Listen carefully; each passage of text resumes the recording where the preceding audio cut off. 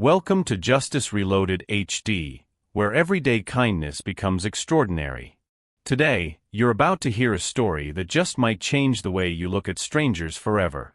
Have you ever shared a moment with someone completely unfamiliar, only to realize they weren't just anybody at all? Sometimes, the most unexpected people walk into our lives and leave footprints we never forget. If you love powerful stories about compassion, surprise encounters, and the quiet ways kindness transforms lives, then hit that like button, subscribe, and share this video. Let's spread a little more light in this world, because you never know who's watching, or who you might be helping with a single kind gesture. Now let's begin with a young waitress, and the mysterious widow who sat quietly in the corner day after day. Maggie Carter was the kind of woman most people overlooked at first glance. At 28, she worked the morning shift at a small roadside diner just off a dusty Texas highway, a place with sticky menus, cracked vinyl booths, and coffee that never quite tasted right. But to the regulars, Maggie was the heart of the place. She had a soft smile that never wavered, even on the toughest mornings, and a way of making everyone, truckers, retirees, lost travelers, feel like they belonged. Life hadn't gone the way she planned. Years ago, she had been a psychology major at a local university, passionate about understanding people, eager to help others heal. She dreamed of becoming a counselor, someone who could make a difference in the quiet, unseen ways. But when her mother was diagnosed with a chronic illness during her sophomore year, everything changed. Tuition bills collided with hospital costs, and Maggie didn't hesitate. She dropped out, took a full-time job waiting tables, and moved back home to take care of her family. That tiny home now held 3 souls trying to make the best of what they had: Maggie, her ailing mother, and her 16-year-old brother Caleb, who was still in high school. Most mornings, Maggie would tiptoe out before sunrise, leaving a note for her mom and a sandwich for Caleb, before driving the 15 minutes to the diner. It wasn't glamorous, but it was honest work, and more importantly, it paid the bills. Despite everything, Maggie never lost her warmth. She had a gift for remembering small things: how Mr. Thompson liked exactly 2 creams and 1 sugar in his coffee, or that Miss Loretta always wanted her toast extra crisp. She made time to chat with customers, not because she had to, but because she genuinely cared. People could feel that. They saw it in the way she'd kneel to tie an old man's untied shoelace without saying a word, or how she always had extra ketchup packets tucked in her apron pocket, just in case.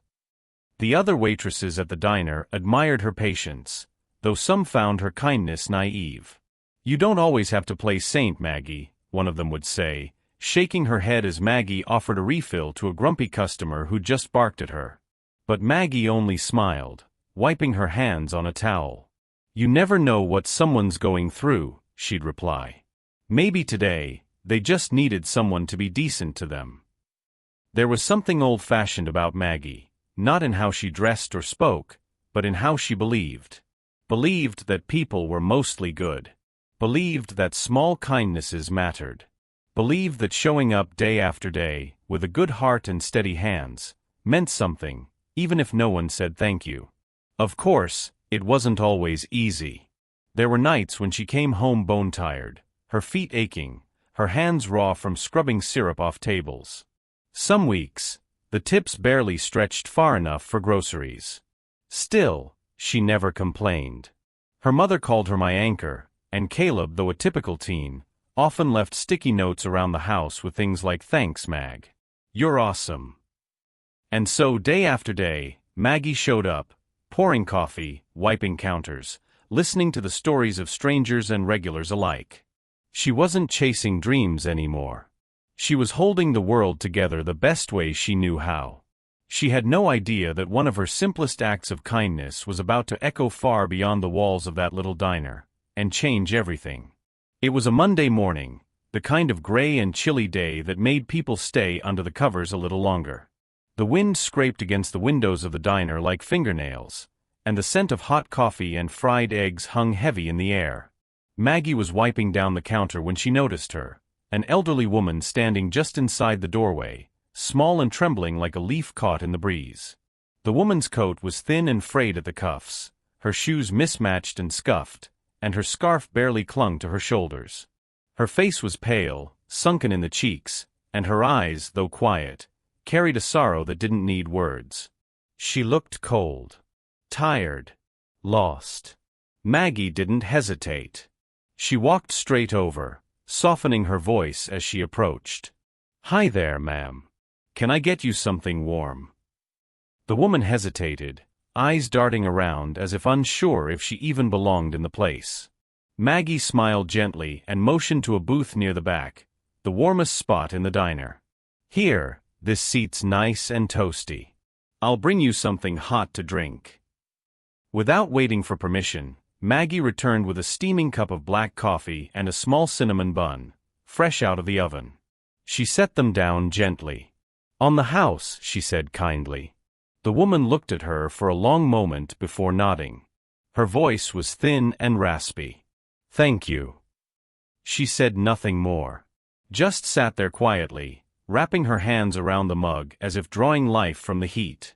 Maggie didn't press her. She simply offered a smile before returning to the counter. Across the room, another waitress, Brenda, watched with a raised eyebrow. She leaned toward Maggie and whispered with a smirk, "Careful, or she'll think this is a shelter. Probably just another panhandler looking for free food." Maggie didn't respond. She was used to that kind of talk. But it didn't sit right with her. There was something about the woman, something fragile and deeply human, that made Maggie feel protective. So she shrugged off Brenda's words and went about her shift. The woman didn't stay long that first day. Maybe 20 minutes. She sipped her coffee slowly, took 2 small bites of the bun, then carefully folded the rest into a napkin before slipping out without a sound. But the next morning, she came back. Same time. Same table. Maggie greeted her with that same quiet warmth, offering another cup of coffee, another pastry. The woman always said thank you, but little else. Sometimes she'd look out the window, eyes misted over. Sometimes she'd watch Maggie as she worked, a faint expression of curiosity behind her stillness. But mostly, she just sat, as though that booth had become the only safe corner of her world. Days passed. Then weeks. The woman became a part of the diner's rhythm. While other waitresses ignored her, Maggie made sure her coffee never ran cold. She brought her extra napkins, tucked in a hard candy now and then, even offered her a small blanket from the back on one particularly cold morning. There were no grand conversations. No dramatic reveals. Just quiet, consistent care. Maggie never asked the woman who she was or why she looked so broken. She simply showed up, kindness first, no questions asked. And the woman kept coming back. It was a Tuesday morning, and the diner was quieter than usual. Outside, a light drizzle tapped against the windows, and the hum of the coffee machine filled the background with a familiar rhythm. Maggie glanced toward the back booth, where the old woman sat, as she always did, her thin hands wrapped around her mug, her eyes distant, staring out at nothing. Something felt heavier about her that morning. Her posture was more slouched than usual, her expression even more vacant. Maggie finished wiping down the counter and for the first time, slid into the booth across from her. She didn't want to intrude, but something inside her said the woman didn't need coffee today. She needed presence. For a moment, they just sat in silence. Then Maggie leaned forward slightly, her voice soft and careful. "You okay today, ma'am?" The woman didn't look at her. She just kept her eyes on the window, as if watching memories play in the raindrops. After a long pause, she finally spoke. "I had everything once," she whispered, her voice barely above a breath. "And I lost it all, in a single night." Maggie's heart stopped for a beat. The words hung between them like smoke, fragile, lingering, impossible to ignore. She didn't ask what happened. She didn't prod or press. She could feel the weight behind those few words, and that was enough. Slowly, she reached across the table and placed her hand gently on the woman's shoulder. No words. Just that. A quiet gesture of human connection. The woman didn't flinch. In fact, for the first time, She turned and looked at Maggie, really looked. And there was something in her eyes that hadn't been there before. Not warmth, not exactly, but a flicker of recognition. A crack in the armor. Maggie didn't know the full story. Not then. She didn't know that the woman sitting across from her had once lived in a grand estate with white columns and rose gardens, with drivers and chefs and tailors who knew her by name. She didn't know that this frail figure had once been married to one of the wealthiest men in the state, a man who adored her, protected her, gave her a life of security and love. She didn't know about the sudden heart attack that took him one October night, or the vultures that came circling the moment he was gone. The children from his previous marriage, the ones who'd never liked her, never trusted her, took everything. The house. The cars. The accounts. They claimed she wasn't legally entitled to a thing. She'd been too grief-stricken to fight, too proud to beg. And so, in a matter of days, she went from silk sheets to borrowed blankets. From charity galas to church basements. The world had forgotten her. And slowly, she had tried to forget the world. But Maggie didn't know any of that. All she knew was the way the woman's voice cracked, the way her shoulders trembled ever so slightly beneath her coat, and the way silence had become her only companion. So Maggie stayed for another minute. Then two. She didn't fill the space with words. She simply sat there, hand still resting gently on the woman's shoulder, letting her know she wasn't invisible. Sometimes, that's all people need. The storm came in fast that morning, blowing sheets of rain across the parking lot and drenching everything in sight. Thunder rumbled in the distance, and the sky looked like it had been painted over in shades of steel gray. The diner, usually humming with early risers and truckers passing through, sat unusually quiet.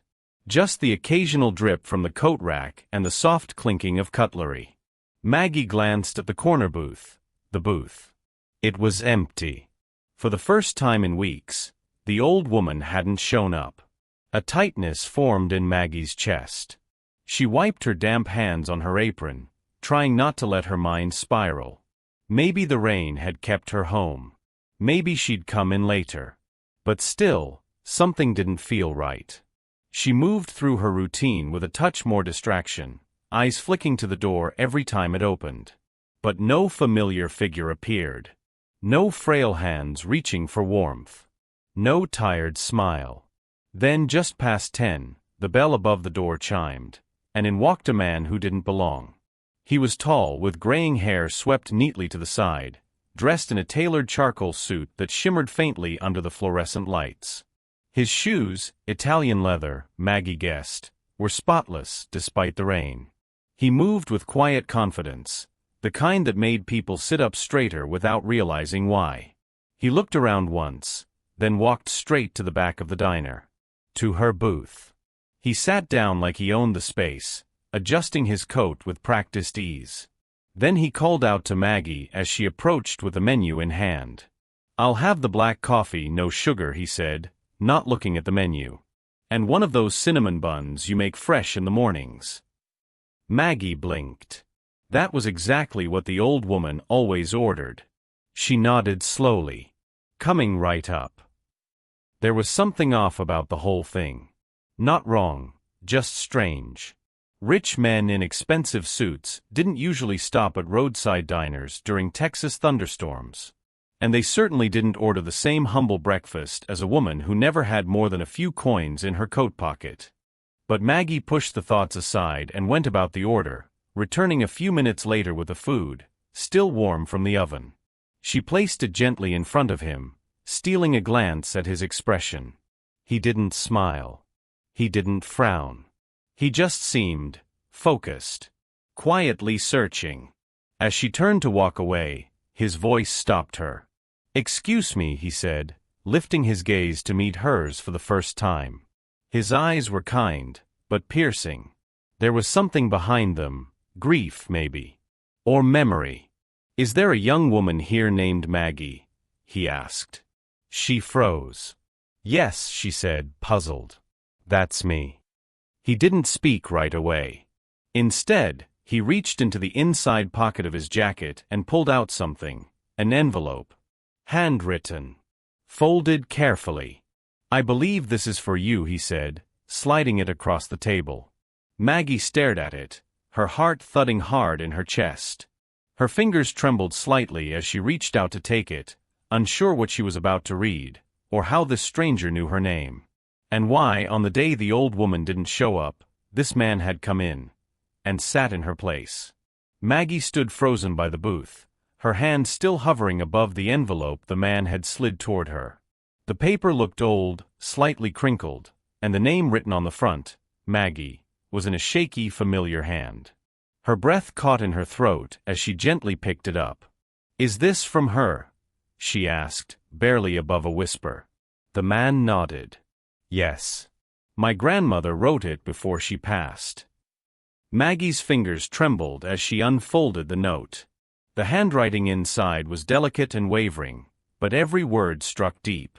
She read silently, lips moving with each line. "Dear Maggie, if you're reading this, it means I'm no longer around. And though I never said much, I want you to know how much your kindness meant to me.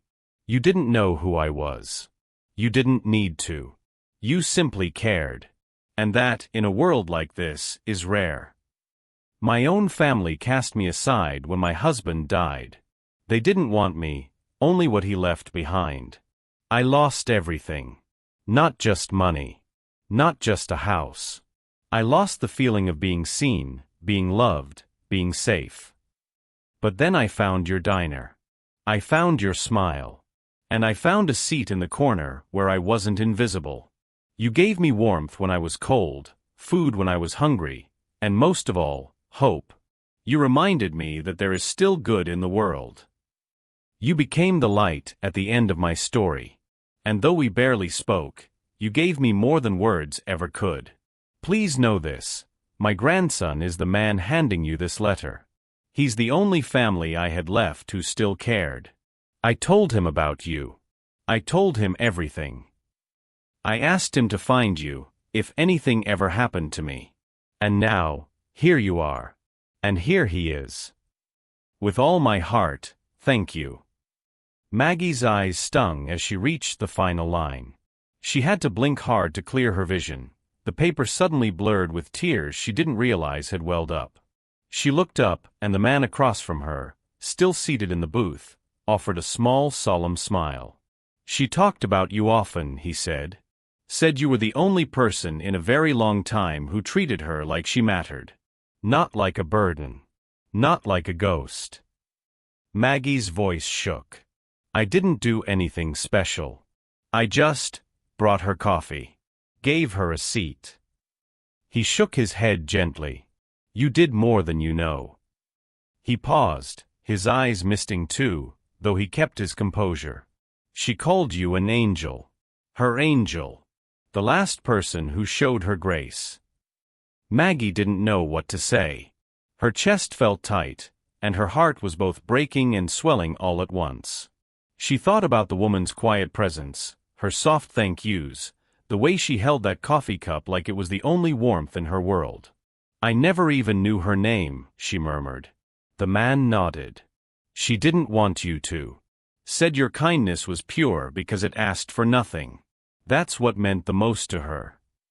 And in that moment, everything Maggie had done, all the small unnoticed gestures, felt like they had been seen after all.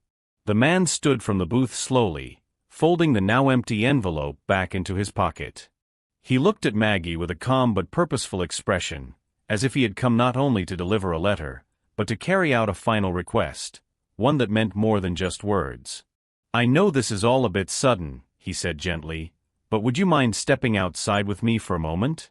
There's something else I need to show you."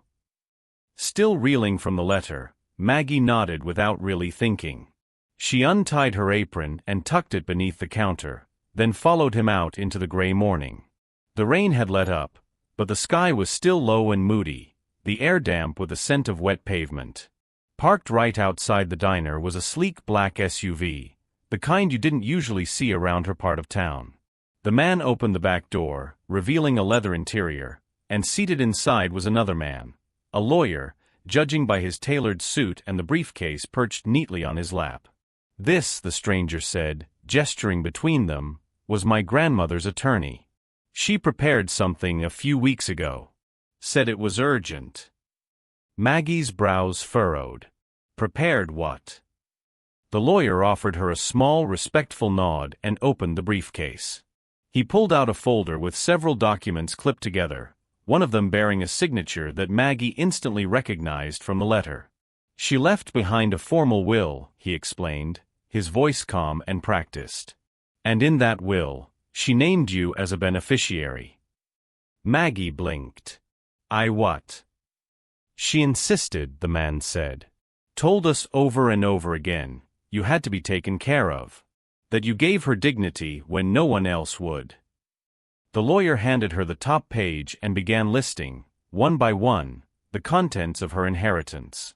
First, a small coastal cottage in Rockport, just a few hours away, fully paid off and in her name. Second, a check for $150,000, held in trust and available to her immediately. And third, a scholarship fund, created in Maggie's name, to cover the full cost of returning to college whenever she was ready. Any school, any time. Maggie stood there in stunned silence. The paper trembled in her hands as the words sank in. A house. Money. A second chance at the dream she had buried years ago. Her legs felt weak. She leaned against the car door, her voice barely audible. This can't be real. The man, her benefactor, the grandson, looked at her with a soft smile. It is. She made sure of it. Tears welled in Maggie's eyes, spilling over before she could stop them. The weight of it all, the mornings of exhaustion, the quiet sorrow in the old woman's eyes, the small kindnesses that never asked for anything in return, came rushing back like a flood. And now this. I just brought her coffee, she whispered, choking on the emotion. I just made her feel seen. And that, the man said gently, was everything to her. Maggie covered her mouth with her hand, trying to contain the sob rising in her chest. She'd never expected recognition. Never dreamed of reward. She had only done what her heart told her was right. But now, because of that, because she chose kindness over convenience, compassion over judgment, her entire life was about to change. And for the first time in a very long time, she felt like maybe, just maybe, things were going to be okay. Maggie didn't move into a mansion. She didn't quit her job in a dramatic fashion or fill her closet with designer clothes. The money, the house by the sea, the scholarship, they were all real. Life-changing, yes. But Maggie remained, at her core, exactly who she had always been. She took a short break from the diner, not because she felt too good for it, but because she needed time to breathe, to reflect. For the first time in years, she wasn't racing to keep up with bills or losing sleep over medical appointments and school supplies. For the first time, she had room to think about what she wanted to do, not just what she had to do. And what she wanted was to give back. She enrolled part-time in college again, picking up where she'd left off years ago. But this time, she didn't stop at just chasing her degree. With the help of her professors and a few community leaders, Maggie opened a small classroom space at the local rec center. Nothing fancy, just a few folding chairs, a whiteboard, and a warm kettle of tea in the corner. She called it Second Light. It was a place for seniors, especially those living alone or on the margins, to gather, to learn, and to feel seen. She taught simple life skills, how to use smartphones to connect with loved ones, how to manage a budget, how to identify online scams. But more than that, she taught community. She created one. Each week, her room filled with quiet faces and slow smiles, widows, veterans, grandparents raising grandchildren, elders who had once felt invisible. Maggie welcomed them all with the same warmth she'd once offered a silent woman in a diner booth. And sometimes, on stormy mornings when the wind rattled the windows, Maggie would make extra coffee and set a cinnamon bun on a plate near the window. Just one. Just in case someone new wandered in, needing to be reminded they still mattered. She never told the full story to her students. But when someone asked her why she started the program, she'd smile and say, because someone once saw me when they didn't have to. And I want to pass that on. She lived modestly, in the cozy cottage her friend had left her. She kept things simple, just enough, never too much. And every time she looked at the ocean outside her window, she thought of the woman with the trembling hands and tired eyes, and the handwritten letter that changed her life. Maggie had once believed her life would be small, contained, quiet. But kindness, it turned out, has a way of rippling far beyond the moment it's given. One cup of coffee, one smile, one steady presence in someone's darkest hour. And as she stood before her little class of students, guiding them gently through another lesson, she held one truth close to her heart, a truth that shaped everything she did. Sometimes, the people who seem to have nothing left are the ones who end up giving you everything. Have you ever done something kind for someone, with no expectation, no cameras, no recognition, just because it felt right? And then somehow, that small moment found its way back to you, and changed your life in a way you never saw coming? If this story touched your heart, please hit like, subscribe, and share it with someone who believes in the quiet power of kindness. Because the smallest act of grace can echo louder than you think. And remember, you never know who's watching, or how deeply your kindness might be remembered.